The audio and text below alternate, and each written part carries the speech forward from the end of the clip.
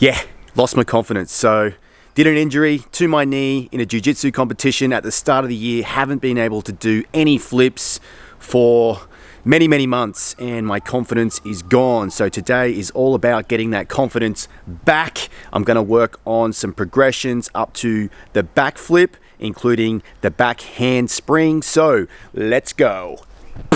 Let's start with a warm-up. I'm going to warm up my legs really well. If you've ever had a knee injury, stability is your main concern, so better to test it out a little bit in a warm-up, get the blood pumping.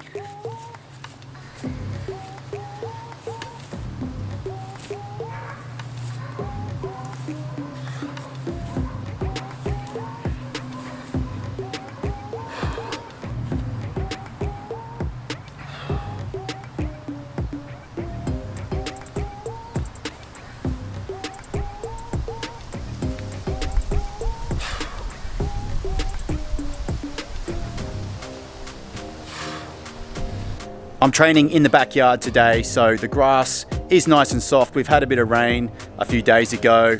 I've mowed the lawn. I'm slightly nervous about my knee. I really am, because I haven't got the confidence in it yet. So I'm gonna just warm up, take it slow, build up, show you my process for relearning the backflip, and we'll see what other flips I can get out. What's freaking me out even more though is I've just noticed a giant wasp's nest up in the roof there. So I'm slightly concerned about that, but anyway, let's get stuck into it. Next drill is the Macaco, or the monkey flip. I've got a whole tutorial on that up here and down below, so I'm gonna warm up with those because it just starts to get you used to flipping over backwards.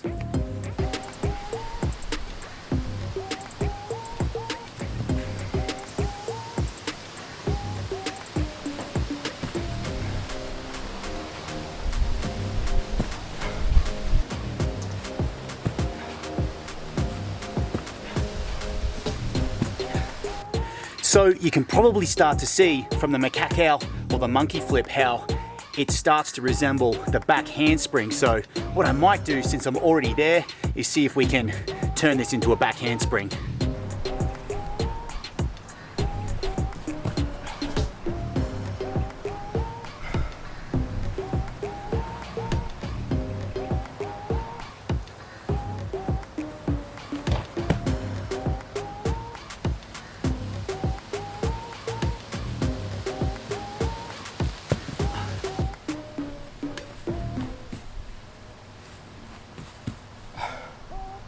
The confidence to go straight over backwards is still a little iffy, but I'm starting to find it. I just need a few reps. You've got to overcome that fear. So those Macacos really help segue into overcoming that fear. So let's get a few more in.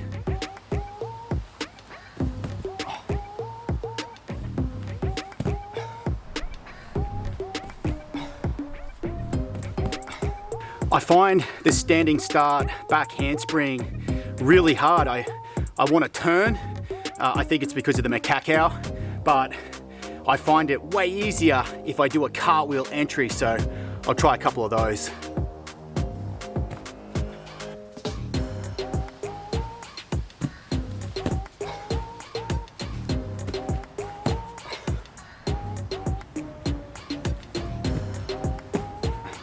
Well, they're looking pretty rusty, but I'm getting over. I've overcome the fear, which is the hardest part.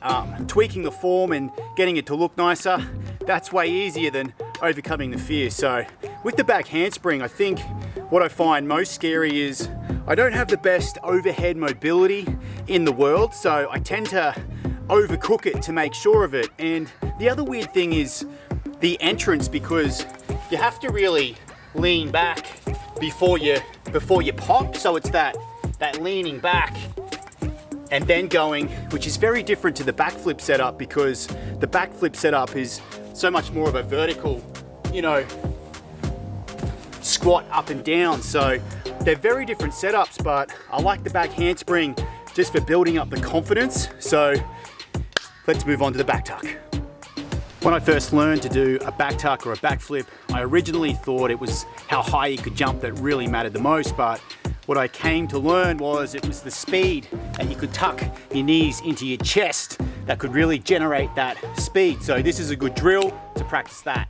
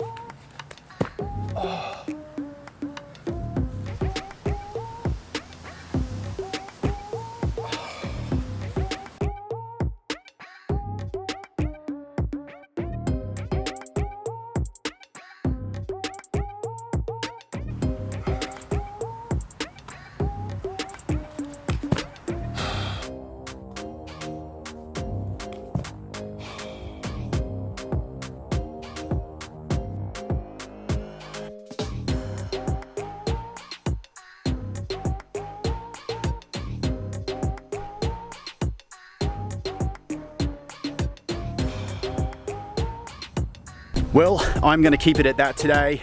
I got a few good clean reps out. My legs are pretty cooked. I'll feel that in the abs tomorrow. I always get really mad DOMs from doing back tucks.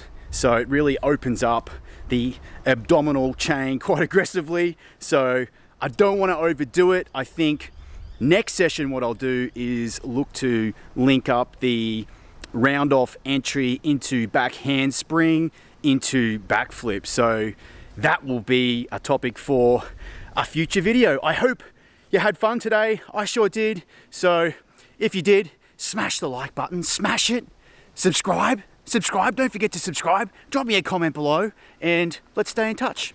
Peace.